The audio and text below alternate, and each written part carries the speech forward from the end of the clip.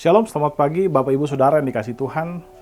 Pagi hari ini kita akan melanjutkan pembacaan Alkitab kita yang sekarang terambil dari Kejadian pasal 23 ayat 10 sampai 13. Judul dari perikop itu adalah kematian Sarah dan pembelian kuburannya.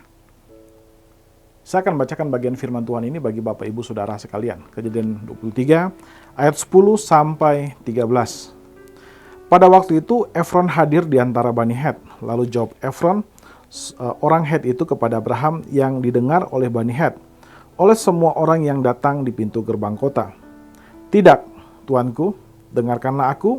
Ladang itu kuberikan kepadamu dan gua yang di sana pun kuberikan kepadamu. Di depan mata orang-orang sebangsaku, aku memberikannya kepadamu, kuburkanlah jenazah istrimu. Lalu sujudlah Abraham di hadapan penduduk negeri itu, serta berkata kepada Efron yang didengar oleh mereka, sekiranya engkau berkenan, dengarkanlah aku. Aku bayar harga ladang itu, terimalah dariku supaya aku dapat menguburkan jenazah istriku di sana. Bapak Ibu Saudara yang dikasihi Tuhan, bagian ayat-ayat yang baru saja kita baca merupakan kelanjutan dari perikop tentang peristiwa kematian Sarah dan bagaimana Abraham meminta untuk dia bisa membeli tanah dari orang-orang Het agar dia dapat menguburkan istrinya di situ. Di dalam ayat-ayat yang baru saja kita baca dijelaskan bahwa Abraham secara khusus meminta kepada seorang pemilik gua di Makpela itu yang terletak di ujung dari ladang orang Makpela itu. Orang itu bernama Efron bin Zohar, pemilik dari gua Makpela itu.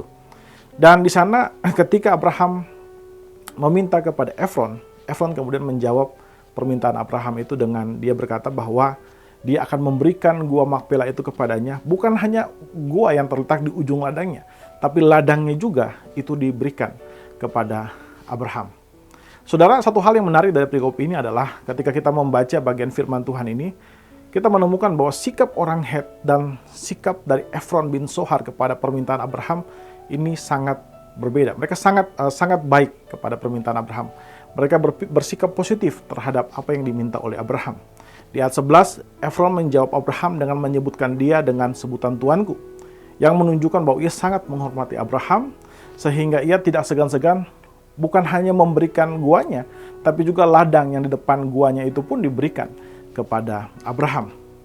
Saudara, dari peristiwa ini kita melihat bahwa Allah memberkati Abraham sehingga orang-orang Het itu menghormati Abraham. Kalau kita lihat di ayat 6 misalnya, mereka menyebutkan Abraham dengan sebutan pemimpin yang agung. Sedangkan ayat 11 tadi kita bosan baca, Efron menyebutkan Abraham dengan istilah tuanku. Penyebutan-penyebutan ini juga mengkonfirmasi penyertaan Allah atas Abraham. Saudara, saya teringat ada seorang pendeta hamba Tuhan yang bernama Roger Muller. Dia adalah pendeta yang mendirikan panti asuhan Ashley Down di Bristol, Inggris. Ia memelihara 10.000 anak-anak yatim piatu dengan mengandalkan pemeliharaan Tuhan. Saudara, suatu malam ia kehabisan bahan makanan untuk anak-anak yang dipelihara itu. Namun ia tidak putus asa. Ia berdoa, dia berlutut dan dia berdoa kepada Tuhan. Dan luar biasa saudara, pada malam hari itu Tuhan menggerakkan seorang pemilik toko untuk memberikan kepada panti asuhan yang dikelola oleh Roger Muller itu berbagai makanan dan roti. Sehingga keesokan harinya pemilik toko ini kemudian datang ke panti asuhan dan mengantarkan roti yang sangat banyak dan bisa mencukupi kebutuhan dari seluruh penghuni panti asuhan itu. Saudara, dari kisah ini kita melihat bahwa apa yang pernah dialami Abraham juga dialami oleh orang-orang Kristen sepanjang zaman, termasuk juga saudara dan saya. Kita mungkin mengalami berbagai macam masalah, tapi kita tetap percaya, kita melihat bagaimana pemeliharaan Allah atas kita. Saudara, Tuhan selalu memiliki cara untuk memelihara orang-orang percaya. Amin. Saudara, mari kita mengambil waktu sejenak untuk merenungkan firman Tuhan yang baru saja kita dengarkan. Saudara, apakah saudara sudah percaya kepada pemeliharaan Allah? Mari kita mengambil waktu sebentar untuk berdoa meminta Allah memberikan kepada kita kemampuan untuk selalu percaya kepada pemeliharaan Allah.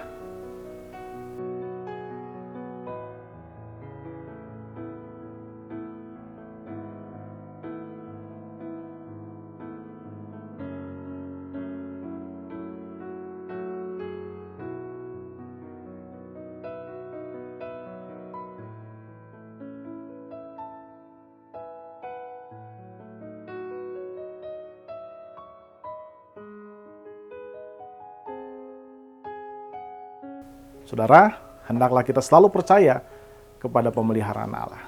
Mari kita tundukkan kepala, kita berdoa. Ya Tuhan Allah Bapa, kami bersyukur buat kasih dan setia-Mu kepada kami. Terima kasih jika Engkau memberikan kepada kami kesempatan untuk bisa menghidupi kembali hari ini. Dan kami boleh mendengarkan firman-Mu Tuhan. Kami berdoa supaya firman-Mu membantu kami untuk bisa memahami kehidupan ini. Kami bisa melihat berbagai kesukaran yang kami alami, kami melihat bahwa Engkau memelihara kehidupan kami. Dan ajar kami juga untuk bersyukur dengan apapun yang kami miliki, yang hari ini telah Engkau berikan kepada kami Tuhan. Di situ juga kami telah melihat bagaimana Engkau telah memelihara kehidupan kami. Bapa, kami juga berdoa menyerahkan hari ini ke dalam tangan-Mu Tuhan. Apapun yang kami kerjakan hari ini, kami berdoa supaya Engkau menyertai kami Tuhan. Pakai kami sebagai alat di tangan-Mu untuk juga memelihara orang-orang di sekitar kami untuk kemuliaan nama-Mu saja. Terima kasih Bapa, kami serahkan hidup kami ke dalam tangan-Mu saja. Dalam nama Tuhan Yesus kami berdoa. Amin. Amin. Bapak Ibu Saudara yang dikasihi Tuhan, demikian renungan kita pada pagi hari ini. Selamat menjalani hari ini dan Tuhan Yesus memberkati Bapak Ibu Saudara sekalian.